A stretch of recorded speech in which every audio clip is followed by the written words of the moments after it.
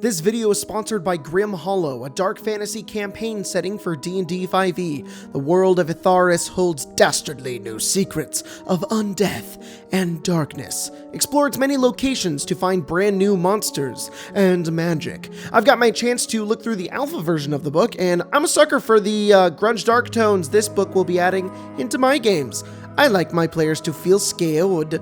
There's pre-written adventures, new spells, rules on transforming into vampires, liches, and fiends, not to mention the incredible art that adds so much into this book. There's even variant rules for mechanics to make your players feel mortal and vulnerable. I'm sorry to my players who are going to play through this and be scared. There's a link down below if you want to pre-order Grimm Hollow today. You can go. Huh? You can go. What? Go. Feats. Everyone's got them. Especially D&D characters. There are lots of feats in Dungeons & Dragons, and especially in the older editions. There are a lot of them, and you needed a lot of requirements for them. But now in 5th edition, they're just super powerful, and there's not so many of them. But they're really cool, and sometimes they're really misused. Today, I'm going to be telling you my favorite feats, and which ones I like the most. Today, right now. And here they are. These are not my feats. Whose are these? Those ones are mine. Then come be in the video. Okay. How did you teleported? How does that, what? I didn't teleport. I totally didn't teleport. I was just there. Feats! We're gonna talk about them. Specifically, our favorite ones. Maybe you're making a D&D character and you're like, I want to hear what this random idiot has to say about things that may give me ideas for my next whatever. I got an ability score improvement. I don't know what to take. I'm going to tell you my favorite ones. The ones that I like. I'm here with Spencer. My fiancé. François. That's not how you say it in French. So just to give like a basic rundown, I really like feats that add new abilities to your character that allow other options in the game. If you take a feat and you forget that you have it, that's a bad feat. I don't like feats that you just don't ever use. I feel like feats are awesome when they are very useful and powerful and they add something new to your character, because you're giving up a lot not taking that +2 into charisma, you freaking sorcerer. Or warlock. But not a bard. Yeah, bards always have 20 charisma. Come out of the womb like that. I was gonna make a video about feats I don't like, but you know what? We're trying to be more positive here on XP to level 3. All right, let's talk about things that we like. And if this doesn't get a whole lot of views, that's your fault. Don't like when our roommate comes home while we're making a video. I thought you guys were trying to be more positive. I walk in trying to be more positive. Alright, so my first favorite feat is Sharpshooter. Attacking at long range doesn't impose disadvantage on your ranged attack rolls. Your ranged weapon attacks ignore half cover and 3/4 cover, and before you make an attack with the ranged weapon that you are proficient with, you can choose to take a -5 penalty to the attack roll. If the attack hits, you get a +10 to damage. I love this feat because it's not a class ability. You can take any character that uses a ranged weapon and give them this feat and make them better at it, which is super fun. You can play a fighter and go battle master, take this feat, and now you have a lot of options in terms of like a sniper, or you could take it as a ranger, or you could take it as a wizard. You could. What's the next feat, Spencer? It's the alert feat, and you get a +5 bonus to initiative. Wow. Super fast. You cannot be surprised while you're conscious. Wow. And other creatures don't gain advantage on attack rolls if you can't see them. I really like the bonus to initiative. I wish there were more things that affected your initiative in D&D. I like to go relatively quick in combat because I get frustrated when someone does something else that I wanted to do. That's true. Or what I plan to do in a combat is ruined by when the monster goes, I'm going to be way over here now, I'm going to teleport away from you, you can't hit me. You should. Do you like feats because they're cool abilities that you can put on any character, Yes. or do you like feats because they're cool options that can make your character more interesting? Both. I think any feat could go on any character and it would give them something new. Okay, Quentin Tarantino. I don't like feet. Heavy Armor Master. Increase your strength by 1 to a maximum of 20. And if you're wearing heavy armor, bludgeoning, piercing, and slashing damage that you take from non-magic weapons is reduced by 3.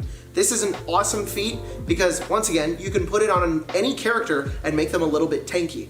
But if you combine this with a Battlemaster fighter that has parry, you can reduce damage like crazy. In fact, that's exactly why I put this on this list, was because my friend Caesar last night in our game did that. He took like 15 damage and reduced it to like 2 just from those 2 abilities, and he's like full on playing a tank. Like, it was a crit and he was like, nope, I just eat the damage. And there's no limit on this either, which makes it really interesting. Also, Caesar puts all of his notes on a subway napkin that he got on the first game, and he continues to write on the subway napkin, and he has put a post-it note on the subway napkin for more room. I don't understand this person. Mage Slayer, because I like to play wizard, but I also like to kill them in combat. Oh. Yeah. When a creature within 5 feet of you casts a spell, you can use a reaction to make a melee weapon attack against that creature. When you damage a creature that is concentrating on a spell, that creature has disadvantage on the saving throw it makes to maintain the concentration, and you have advantage on saving throws against spells by creatures within 5 feet, which is pretty short distance, but you know. So this is the other problem I have with feats. I don't like it when they're useless. Feats need to be really strong in 5th edition because there needs to be a lot of reason to take them, because you don't get them as often. This one's cool, but I feel like it's really specific for a campaign that you're playing in. If you play, there are some games I've played where we never fight anybody that casts spells, or we don't know when they're concentrating on spells. So it's like, it's useless. The only reason why I ever read about this spell is when we played Sunder, we were fighting things that cast spells. It wouldn't work for me because I can't hit people with a sword. Makes sense. Yeah. Well, so a Mage Slayer, but for wizards. It's just like that, but you. Forecaster. That's true. Yeah. Wow, what a great segue to the next feat of mine. You're welcome. Thanks, that was a great segue. You're so talented. I know. You have advantage on Constitution saving throws that you make to maintain your concentration on a spell when you take damage. You can perform the somatic components of a spell even when you have weapons or a shield in one or both hands. When a hostile creature's movement provokes opportunity attack, you can use a reaction to cast a spell. And it can be a spell with one action, which is so awesome. You can have sword and shield, and you can cast your spells however you want. You could cast them out of your sword. You could cast them, you're Dragonborn, it could come out of your mouth. I don't know. But like, it opens up a lot of creativity to how you want to now cast your spells in the game. And it's also just it's a really helpful ability. It's more like you'll take Warcaster and then you'll play a new character and you'll be like, man, I don't have Warcaster and it sucks. Magic Initiate. Choose a class: Bard, Cleric, Druid, Sorcerer, Warlock, or Wizard. You learn 2 cantrips of your choice from that class's spell list. In addition, choose 1 first-level spell from the same list. You learn that spell and you can cast it at its lowest level. Once you cast it, you must finish a long rest before you can cast it again using this feat. Your spellcasting ability for these spells depends on the class you choose: Charisma for Bard, Sorcerer, or Warlock, Wisdom for Cleric or Druid, and or Intelligence for Wizard. This is great for Monk. Out of all the classes for Monk? You don't get spells as a Monk. Well, certain. Maybe there should be some classes that don't get spells. I like having magic. I am the opposite of you. I like putting that on a class that I already get spells with. Yeah. Oh my god. And the 2 Warlock characters that I've played, I give them both Magic Initiate, and it's just so many cantrips. Yeah. It's a fun way to give yourself a little bit of flavor from another class without completely cross-classing, which is really, really cool. I also love the Battlemaster one in there. That gives you a little bit of like the Battlemaster stuff, but I don't like them because you can only use them like once a day and then it's done, and it's like, that's kind of lame. So you're getting half the power for half the price, I guess. Sure. Yeah. It makes sense. Sell your soul.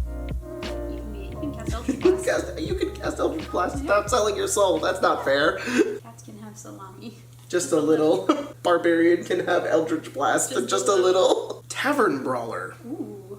Anything can be a weapon if you're holding it right. You know what that's from? You're a pretty cool guy. Increase your strength or constitution score by 1 to a maximum of 20. You are proficient with improvised weapons. Your unarmed strikes deal a d4 for damage. And when you hit a creature with an unarmed strike or an improvised weapon on your turn, you can use a bonus action to attempt to grapple the target. So, what you may be thinking is that this feat is super cool on a rogue because you could sneak attack with your fists. Unfortunately, you can't because in Monk it specifically says that your fists are now finesse weapons and your fists do not become finesse weapons with the Tavern Brawler feat. So this feat doesn't work with rogues, unfortunately. It does work with every other class, including my favorite way Logan ever did it, which was Cheapus in Waterdeep Dragon Heist, who was an Eldritch Knight and would summon his weapons, and his weapons would be random kitchen assortments. Logan wouldn't make up a new weapon every time.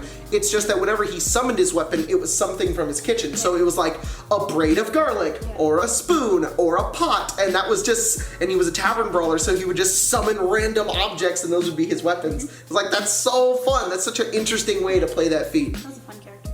When you use a healer's... Now you know Now you know what it's like to be in my brain. Healer. When you use a healer's kit to stabilize a dying creature, the creature also regains 1 hit point. That is amazing.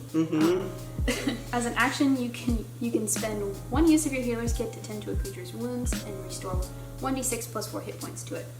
Plus additional hit points equal to the creature's maximum number of hit dice. The creature doesn't regain hit points from this feat again until it finishes or a long rest. Heck yeah. That is amazing. It is an amazing feat. Yep. I love it. This is great for anyone.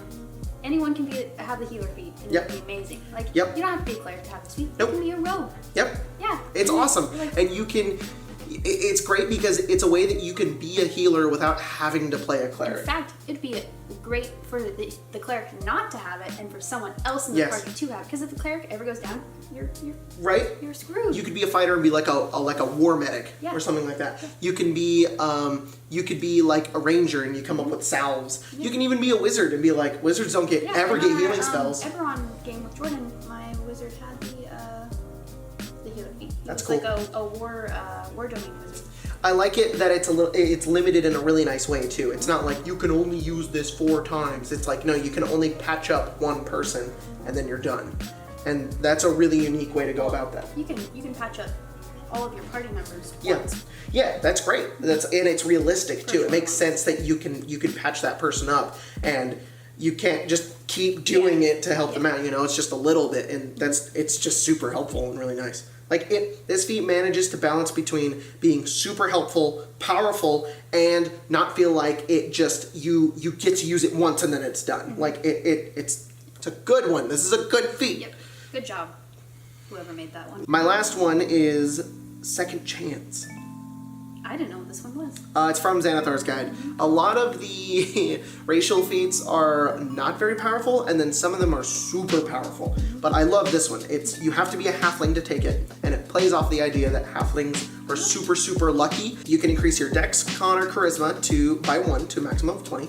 And when a creature you can see hits you with an attack roll, you can use your reaction to force that creature to re-roll. Once you use this ability, you can't use it again until you roll initiative at the start of combat, or if you finish the short or long rest. So basically, once per initiative or day, you can force somebody to re-roll an attack. And it's kind of like a tiny version of the lucky feat. And once again, it's like a really good balance of all those things. And it also just makes Entropic Ward from Gulaks so garbage. Wizards, please rewrite that subclass. I'm begging you. My last one is the Linguist feat.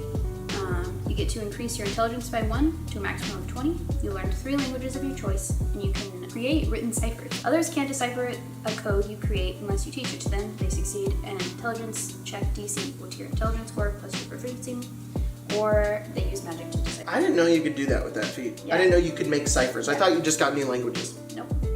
That's really cool. Yeah, and in Sunder, Vincent knew 10 languages, and the DC for his cipher was 28. Oh my god. That's crazy. Get dunked. Get dunked on. Well, those are some pretty cool feats. There's some other really cool ones in there and some also really bad ones. But you know what? Those ones are our favorites. So if you're looking for a feat to take, maybe consider one of those. A lot of people don't really take them.